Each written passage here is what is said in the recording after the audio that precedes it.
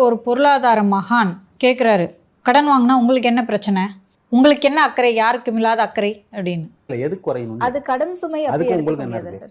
அரசாங்கத்துக்கும் உங்களுக்கு என்ன சம்பந்தம் இருக்கு? ஓகே, மெட்ரோல ரயில் விடுறாங்க, பிடிசிக்கு பஸ் வாங்குவாங்க, அது மாதிரி இது என்னென்னமோ பண்ணிட்டு இருப்பாங்க. அதுக்கும் உங்களுக்கு சம்பந்தம் கிடையாது. எந்த அளவுக்கு ஒரு அறிவில்லாத தற்கூரியை திட்டக்குழுவின் தலைவராக தமிழக அரசு வைத்திருக்கிறது என்பதை புரிந்து கொள்ளுங்கள். ஒரு அரசுனா கடன் வாங்க தான் செய்யும். உனக்கு என்னான்னு கேட்குறாரு அந்த ஆங்கரை பார்த்து. சரி, எப்படிப்பா கட்டுவீங்க?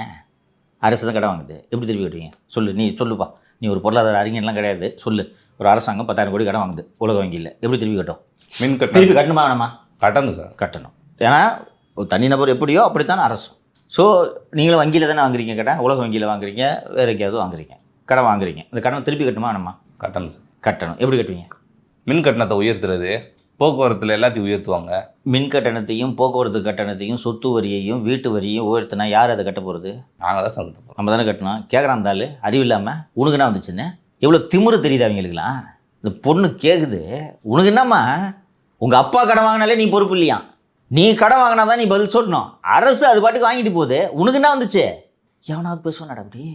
இது ஒரு பாயிண்ட்னு இருந்தாலும் ஒரு டிவி டிபேட்டில் டிவி சேனலில் வந்து பேட்டி கொடுக்குறாருன்னா எவ்வளோ திமிரு பிடிச்சவங்களாம் அவங்க இருப்பாங்க, எந்த அளவுக்கு அறிவு குறைந்தவர்களாக இருப்பார்கள். இவரெல்லாம் பொருளாதார மேதை.